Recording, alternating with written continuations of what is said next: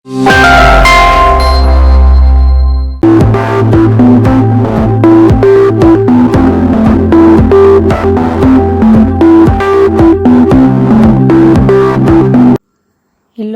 வணக்கம்.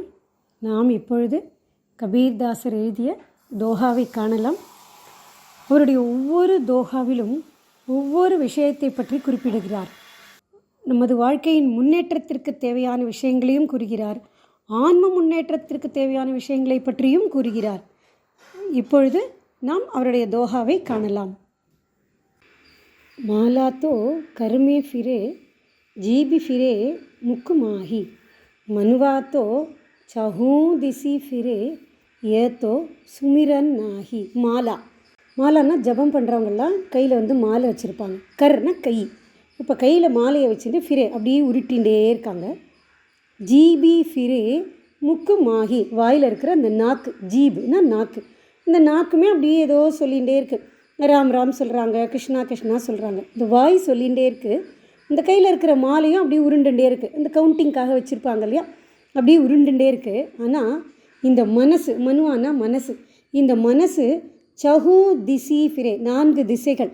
அப்போ இந்த மனசு என்ன பண்ணுறது, 4 திசைகள்லேயும் சுற்றிகிட்டே இருக்குது. இப்போ கையில் ஜபம் பண்ணிகிட்டே இருக்காங்க, வாய் ஏதோ மந்திரத்தை சொல்லிகிட்டே இருக்குது.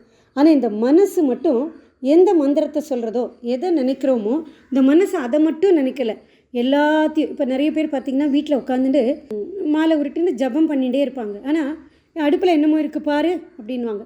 வாசக்கதவு தட்டுற மாதிரி சத்தம் கேட்குறது, கொஞ்சம் போய் பாரு அப்படின்வாங்க. அப்போ அவங்களுடைய மனசு முழுவதும் இந்த ஜபத்தில் இல்லை. சமையல் ரூமில் என்ன இருக்குது, வாசப்பக்கம் என்ன இருக்குது, அங்கே என்ன நடக்கிறது, இங்கே என்ன நடக்கிறது. அப்போ அவங்களுடைய மனசு 4 பக்கமும் சுற்றிகிட்டே இருக்குது. ஆனால் வாய் மட்டும் ஏதோ ஒரு மந்திரத்தை சொல்லிகிட்டே இருக்குது. அப்போது என்ன சொல்கிறார், இது உண்மையான ஜபம் கிடையாது, தியானம் கிடையாது. இப்போ ஜபம் பண்ணுறதுமே ஒரு தியானம் தான். அப்படின்னா என்ன, ஏதோ ஒரு பேரை மனசில் வச்சுன்னா அது மேலே நம்ம தியானம் பண்ணுறோம். இப்போ நம்ம என்ன பண்ணுறோம், நம்மளுடைய மூச்சு காற்றை கவனிக்குங்கிறோம். இப்போ மூச்சு காற்றை கவனித்து தியானம் பண்ணணும்னு கண்ணு மூடின்னு உட்காரோம். ஆனால் அந்த மூச்சு காற்றை கவனிக்கும் போது இந்த மனசு 4 பக்கத்துலேயும் சுற்றுறது. அப்போ என்ன பண்ணோம், கொஞ்சம் கொஞ்சமாக நம்மளுடைய மனசை நம்மளுடைய கட்டுப்பாட்டுக்குள்ளே கொண்டு வரணும். அதுதான் ரொம்ப முக்கியமானது.